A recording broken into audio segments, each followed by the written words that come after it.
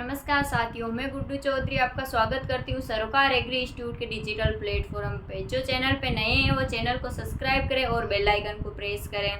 आज हम पढ़ेंगे कृषि महत्व के जीव जंतु, मतलब कि कृषि में जो लाभदायक और हानिकारक जीव जंतु होते हैं उनके बारे में पढ़ेंगे। लाभदायक में जो जीव जंतु होते हैं वो होते हैं जैसे रेशम कीट, लाख कीट और मधुमक्खी, ये आते हैं। और हानिकारक कीटों में आते हैं दीमक, टीडा, जैसे चूहा, ये सब आते हैं। इनमें जो पहला पढ़ते हैं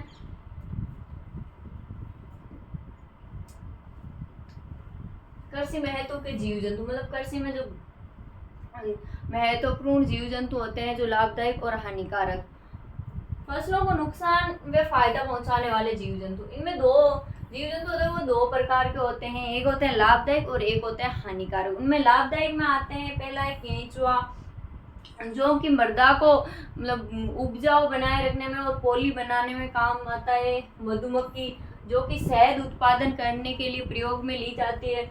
और रेशम कीट, जिसे कि रेशम धागा होता है वो बनता है। लाख कीट, लाख से चूड़ियां बनती हैं।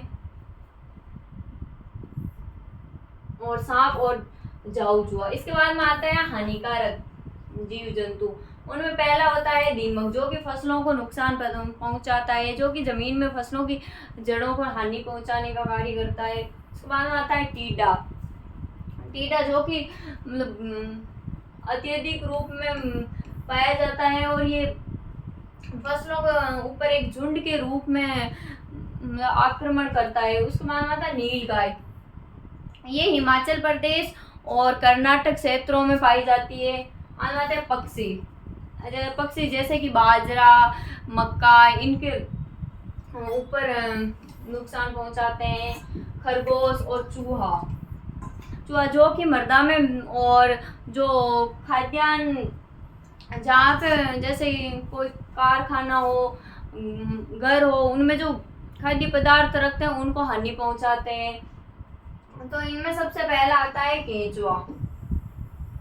उसमें देखते हैं केंचुए का वर्गीकरण। तो केंचुए वर्गीकरण में पहला होता है जगत, जो कि प्राणी, जो केंचुआ है वो प्राणी जगत का है। इसका संघ होता है वो एनेलिडा होता है। वर्ग होता है वो ओलिगोकीटो होता है। वंश होता है वो फेरेटिमा होता है। और जाति पोस्ट्यूमा होता है। जो केंचुआ होता है उसका वैज्ञानिक नाम होता है फेरेटिमा पोस्ट्यूमा। इनके बाह्य लक्षणों में देखें तो ये अंग स्तरीय होता है और त्रिकोर की द्विपार्श्व सममित पाई जाती है और खंडीय परभुजीय होता है। मतलब जो केंचुआ होता है वो त्रिकोरीय होता है, द्विपार्श्व सममित पाई जाती है इनमें।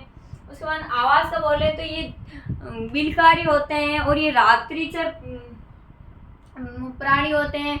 ये नम भूमि में पाए जाते हैं और कार्बनिक युक्त मृदा, जो हुमस होते हैं, उसमें पाए जाते हैं। जो केंचुआ होता है वो जहाँ पर नम भूमि होती है वहाँ पर अत्यधिक रूप में वृद्धि करता है। और इसमें आगे देखें तो जो केंचुआ होता है वो भूमि को पोली कर देता है, जिससे वायु युक्त उपजाऊ मृदा हो जाती है। मतलब जो केंचुआ होता है वो मृदा होती है उसको पोली बना देता है। मतलब मृदा पोली बनाने से मृदा में वायु का आदान प्रदान अधिक मात्रा में होता है और वह मृदा अधिक रूप में उपजाऊ हो जाती है। ये कार्बनिक पदार्थों को खाकर गोल गोल सीपियां बनाता है। मतलब ये जो केंचुआ होता है वो कार्बनिक पदार्थों को खाकर गोल गोल आकार की सीपियां बनाता है, जो कि फसलों के लिए लाभकारी होते हैं। इसे ही वर्मी कंपोस्ट कहते हैं। मतलब जो केंचुआ मिट्टी को खाकर गोल गोल सीपियां बनाता है इसे वर्मी कंपोस्ट कहते हैं।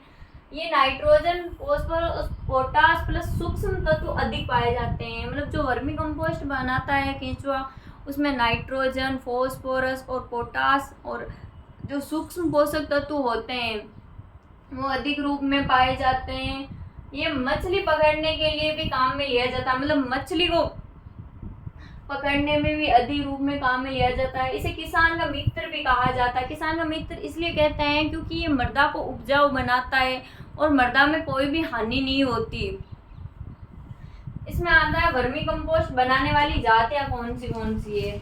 इसमें पहली है आइसिनिया फोइटिडा, जिसे लाल केंचुआ भी कहते हैं। इसमें दूसरी आती है यूड्रिलस यूजेनी, जो अफ्रीकन केंचुआ बोलते हैं। और बाद में आता है लुम्ब्रिकस रूबेलस। और चौथा होता है वो होता है पेरियोनिकस एक्सकेवट। उसके बाद में आता है जो वर्मी कास्टिंग होती है, उसके क्या क्या लाभ होते हैं।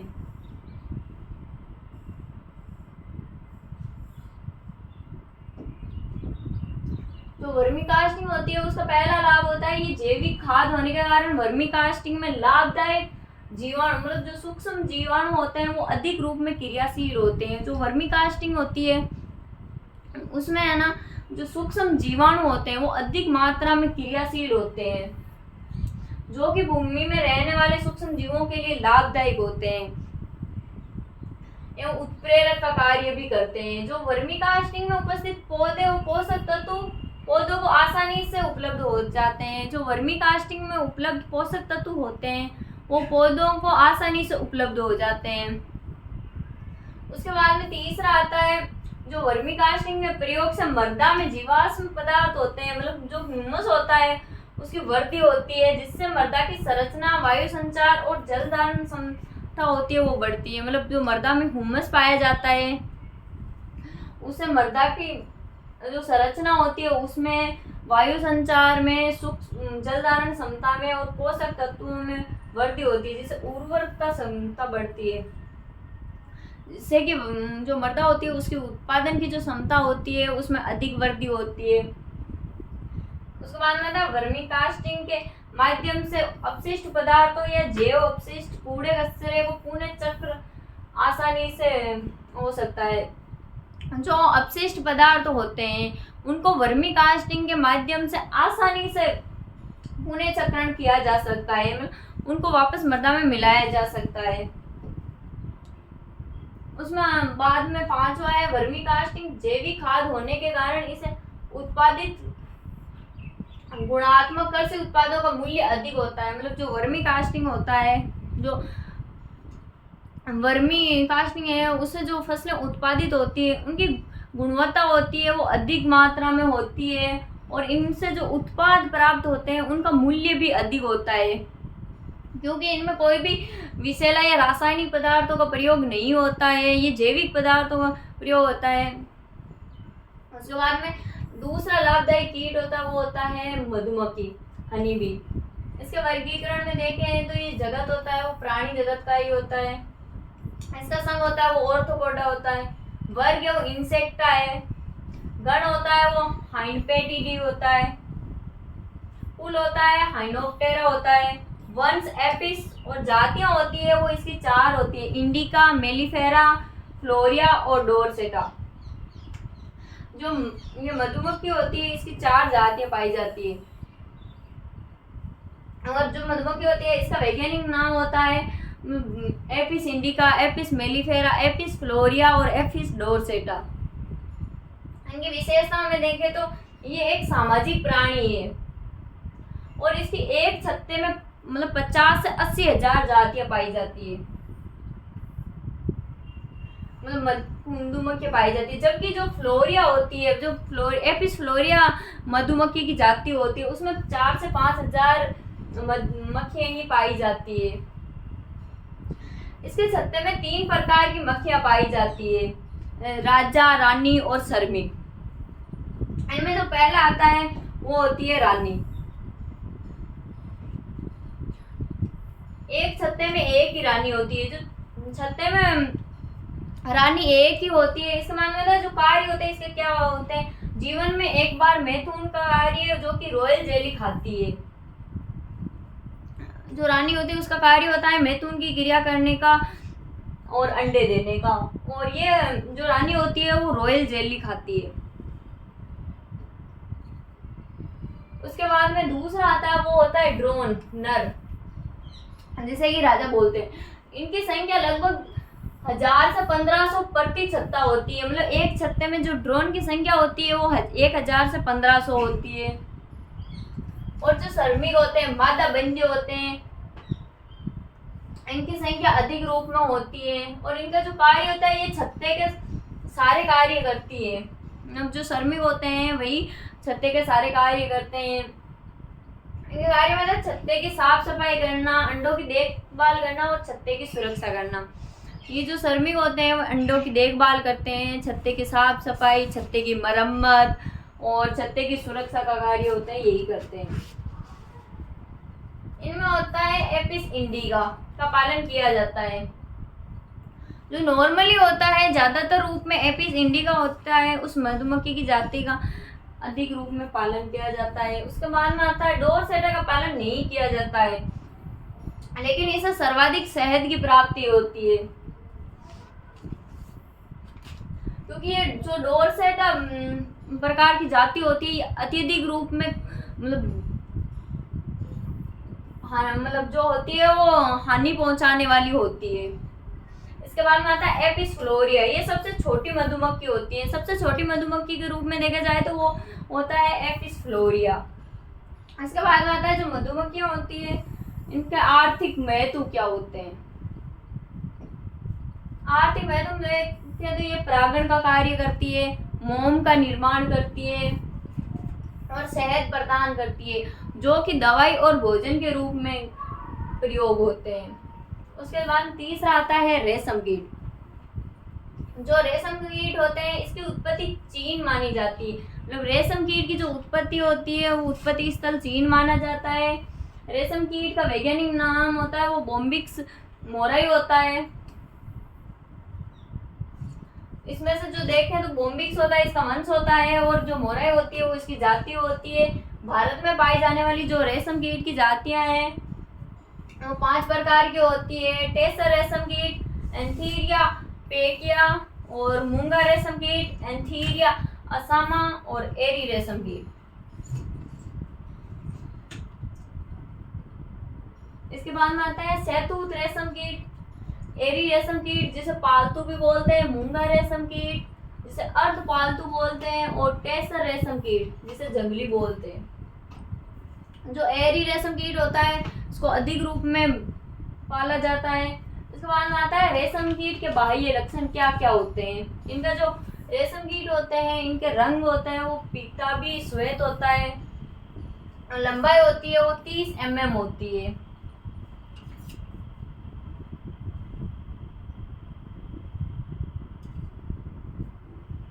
इनमें जो नर होता है वो छोटा होता है, मतलब जो रेशम कीट होता है इसका जो नर होता है वो छोटे आकार का होता है।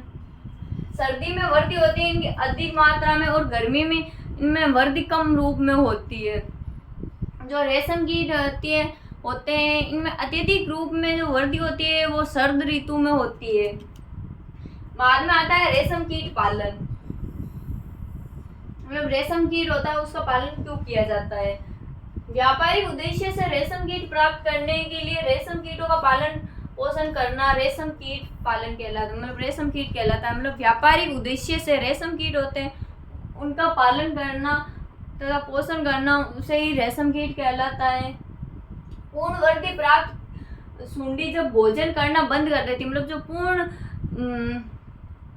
वृद्धि हो जाती है, जब सुंडी की पूर्ण वृद्धि हो जाती है तो वे भोजन करना बंद कर देती है। तो प्यूपा में बदलने से पहले लार ग्रंथियों से जो निगलने वाला स्राव को अपने शरीर पर लपेटती है तो इसे ही कोकून या कोया कहा जाता है। मतलब जो सुंडी होती है उसकी पूर्ण वृद्धि होने के बाद वे भोजन करना बंद कर देती है।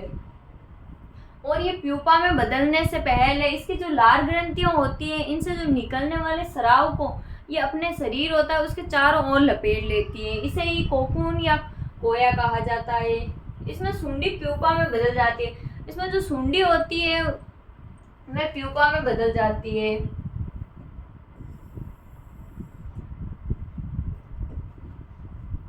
इन कोकूनों से रेशम धागे प्राप्त किए जाते हैं। मतलब जो कोकून होते हैं उन्हीं से ही रेशम के धागे प्राप्त किए जाते हैं, क्योंकि जो सुंडी होती है वह अपने पूर्ण वृद्धि करने के बाद अपने चारों ओर जो लार ग्रंथियों से स्रावित होने वाले जो स्राव होता है उसको चारों ओर लपेटती है, उसी से रेशम प्राप्त होता है। लगभग 25,000 कोकून से 500 ग्राम रेशम प्राप्त होता है। जो मतलब 25,000 कोकून होते हैं उनसे 500 ग्राम रेशम ही प्राप्त होता है। भारत में कर्नाटक कुल रेशम का 50% उत्पादन करता है।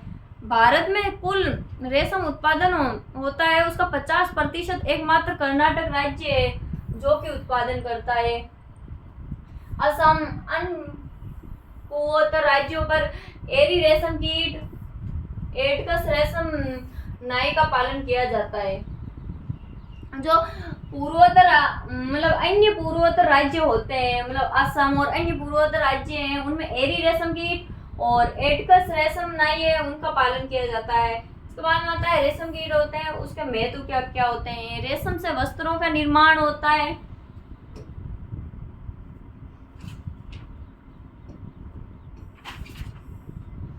और रेशम से औषधियों का निर्माण होता है।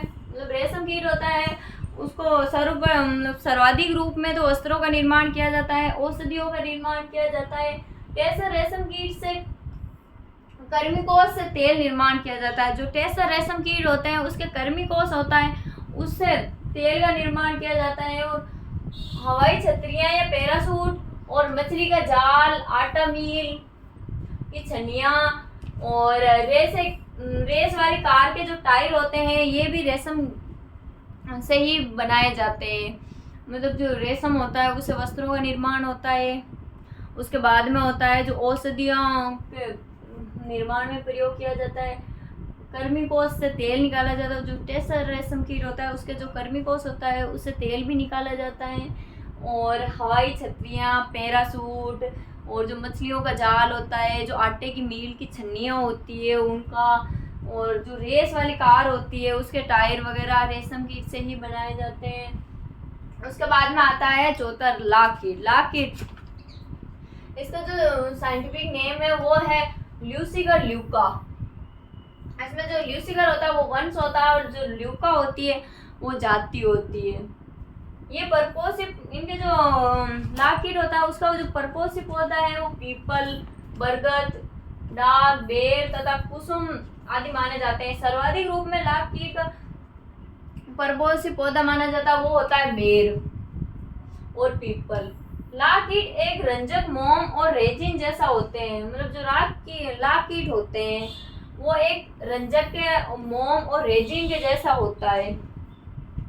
ये मादा कीट के शरीर से लाख ग्रंथियों द्वारा स्राव होता है या निकाला जाता है। जो मादा कीट होता है, मादा कीट के शरीर से जो लाख ग्रंथियां होती है, लाख ग्रंथियों से स्राव निकाला जाता है, उसी से ही लाख का निर्माण होता है। ये कीट होता है जो जनन करके शिशु या निम्फ को उत्पन्न करता है। जो लाख कीट होते हैं वो जनन करके शिशु या निम्फ का निर्माण करते हैं। इसके बाद इनके द्वारा 1 से 2.5 सेंटीमीटर मोटा या लंबा स्तर बनाया जाता है। जो लाख कीट होते हैं इनके द्वारा 1 से 2.5 मीटर सेंटीमीटर लंबा या फिर मोटा स्तर बनाया जाता है। पेट की टहनियों को गर्म जल से उबालने से रासायनिक पदार्थों को मिलाकर लाख को अलग कर लेते हैं। जो लाख होता है उसको जो पेट पर जो टहनियाँ पाई जाती है उन पे जहाँ पे लाख लगा होता है उन टहनियों को गर्म जल में उबाल कर और रासायनिक पदार्थ मिलाकर लाख को अलग किया जाता है। उसके बाद आता है लाख के आर्थिक महत्व। विश्व में लगभग 80% लाख का उत्पादन भारत में होता है। विश्व का सर्वाधिक लाख का उत्पादन होता है। लाख उत्पादन में प्रथम स्थान है वो होता है भारत का, जो कि 80% है। इसे विदेशी मुद्रा अर्जित की जाती है। विदेशी मुद्रा होती है उसको अर्जित किया जाता है। और ग्रामोफोन की रिकॉर्ड बनाने में उपयुक्त होता है। जो विद्युत रोधी के रूप में बिजली के सामानों में भी प्रयोग किया जाता है। जो विद्युत रोधी के रूप में जो बिजली के सामान होते हैं उनमें भी प्रयोग किया जाता है लाख का। लाख से रंग, वार्निश, पॉलिश, चूड़ियाँ, दवाइयाँ आदि बनाई जाती है। जो लाख होती है उससे वार्निश, पॉलिश, चूड़ियाँ तथा दवाइयाँ बनाई जाती है। इसके बाद में आता है दीमक। इसका वैज्ञानिक नाम है ओडेंटोडर्मिस ओबेसस। ओडेंटोडर्मिस है वो है वंश और ओबेसस है वो होती है जाति। जो दीमक होता है वो एक सामाजिक प्राणी होता है। इनके आवास को डर्मेटेरिया कहा जाता है। इनके आवास को डर्मेटेरिया कहा जाता है। मिट्टी में बिल जैसी संरचना, मतलब जो मिट्टी होती है उसमें जो बिल जैसी संरचना होती है उसको डर्मेटेरिया कहा जाता है। ये कॉलोनी बनाकर रहती है, मतलब सामाजिक प्राणी है। और ये जो दीमक होते हैं वो कॉलोनी बनाकर रहते हैं।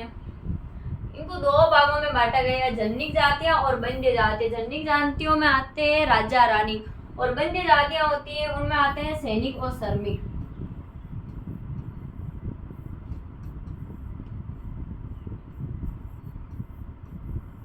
सैनिक और श्रमिक आते हैं बंध्य जातियों में। इनको कार्य विभाजन के आधार पर इन निम्न 4 भागों में बांटा जाता है।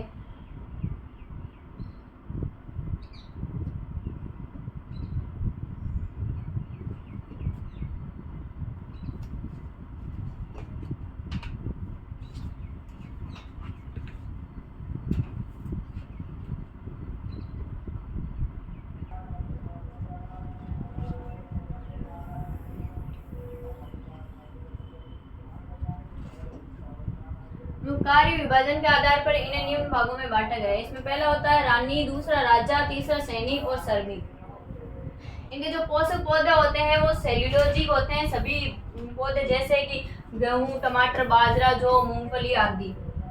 इनमें जो दीमक होता है, इनके जो पोषक पौधे होते हैं, मतलब जिनका ये उपभोग करते हैं वो होते हैं सेल्यूलोजिक पौधे, जिनमें सेल्यूलोज की मात्रा पाई जाती है। उनमें आता है गेहूं, टमाटर, बाजरा, जौ और मूंगफली। होता है सती एवं मेहतू। उसके बाद में होता है सती एवं मेहतू। जो दीमक होते हैं वो किनको सती पहुंचाते हैं?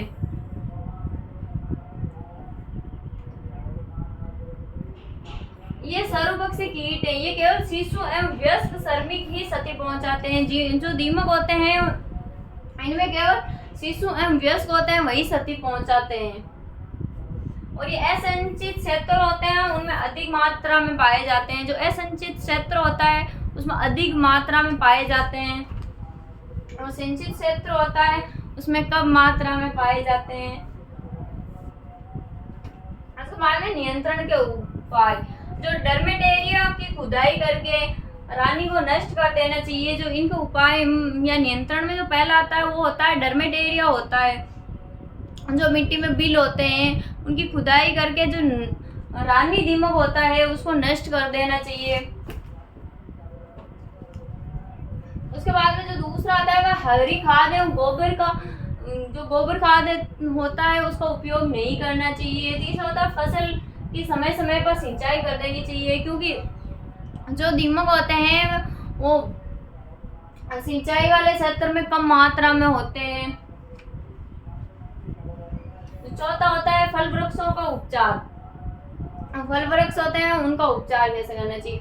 पौधों की रोपाई से पहले मेलामिथाइल या पेराराम जोन होता है उसका 20% और जो मेलाथियान होता है उसका 5% चूर्ण से जो 50 ग्राम प्रति गड्ढे की दर से उपचारित करना चाहिए।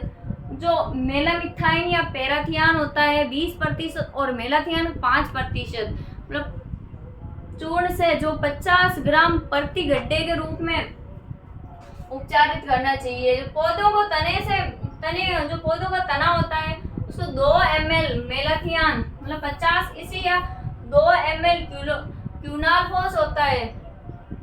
जो मेलाथियान होता है 50 इसी और क्यूनालफोस होता है वो 25 इसी का प्रति लीटर पानी की दर से घोल बनाकर नियमित रूप से उपचारित करना चाहिए।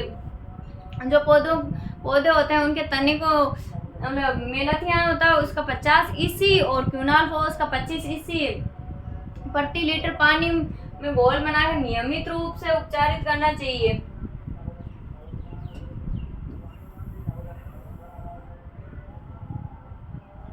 उसके बाद मतलब पौधों के जो गड्ढे होते हैं उनकी गहरी गुड़ाई करके पानी भरना चाहिए और नीम की फली भी डालनी चाहिए। जो पौधे होते हैं उनकी जो गड्ढे होते हैं उनकी गहरी खुदाई करनी चाहिए, उनको उसके बाद पानी से भरना चाहिए और उसके अंदर जो नीम की फलियां होती है उनको भी डालना चाहिए। उसके बाद गुड़ाई के बाद मिथाइल पैराथियन 2% या फिर क्विनालफॉस होता है वो 1.5% का 200 ग्राम पाउडर पर पौधे की दर से उपयोग करना चाहिए। जो मिथाइल पैराथियन होता है उसका 2% और क्विनालफॉस का 1.5% 200 ग्राम पाउडर के प्रति पौधे पर प्रयोग करना चाहिए। उसके बाद आता है तीसरा फसल उपचार, मतलब फसल का उपचार कैसे करें। इसमें आता है फसल बोने से पहले 25 ग्राम प्रति हेक्टेयर की दर से मिथाइल पैराथियन, जो फसल बोते हैं उससे पहले 25 किलोग्राम होता है प्रति हेक्टेयर की दर से मिथाइल पैराथियन 2% या फिर क्विनालफॉस होता है वो 1.5% चूर्ण का उपयोग करना चाहिए। माना जाता है जो गेहूं जो चना के बीजों को 24 घंटे पहले, मतलब बोने से 24 घंटे पहले क्लोरोपाइरीफॉस या फिर क्विनालफॉस 400 ml मात्रा 5 लीटर पानी में मिलाकर प्रति क्विंटल की दर से उपचारित करना चाहिए। मतलब जो गेहूं जौ और चना होते हैं उनको है ना बोने से 24 घंटे पहले क्लोरोपाइरीफॉस और क्विनालफॉस 400 ml 5 लीटर पानी में, मतलब जो 400 ml क्विनालफॉस और क्लोरोपाइरीफॉस होता है उनको 5 लीटर पानी में मिलाकर प्रति क्विंटल की दर से उपचारित करते हैं। इसके बाद होता है खड़ी फसल में दीमक का प्रकोप होने पर क्लोरोपाइरीफॉस होता है उसका 4 लीटर प्रति क्विंटल की दर से सिंचाई कर देना चाहिए। ये उपचार पौधशाला में भी प्रभावित रहता है। जो दीमक का ये उपचार किया जाता है वो पौधशाला में भी प्रभावित रहता है। फसल के काटने के बाद खेत की 2 से 3 बार गहरी जुताई करें और गर्मी में खेत की जुताई करनी चाहिए। मतलब जो फसल कट जाती है उसके बाद में 2 से 3 बार गहरी जुताई करनी चाहिए और गर्मी के समय में खेत की जुताई करने से जो दीमक होते हैं, जो टर्मिटेरिया होते हैं, उनकी खुदाई करने से वो नष्ट हो जाते हैं, जिससे कि अगली फसल में हानि नहीं होती है। दीमक को मतलब अंडे की मशीन भी कहा जाता है। तो जो चैनल पे नए हैं वो चैनल को सब्सक्राइब करें और बेल आइकन को प्रेस करें, अपने साथियों को ज़रूर शेयर करें। Thank you.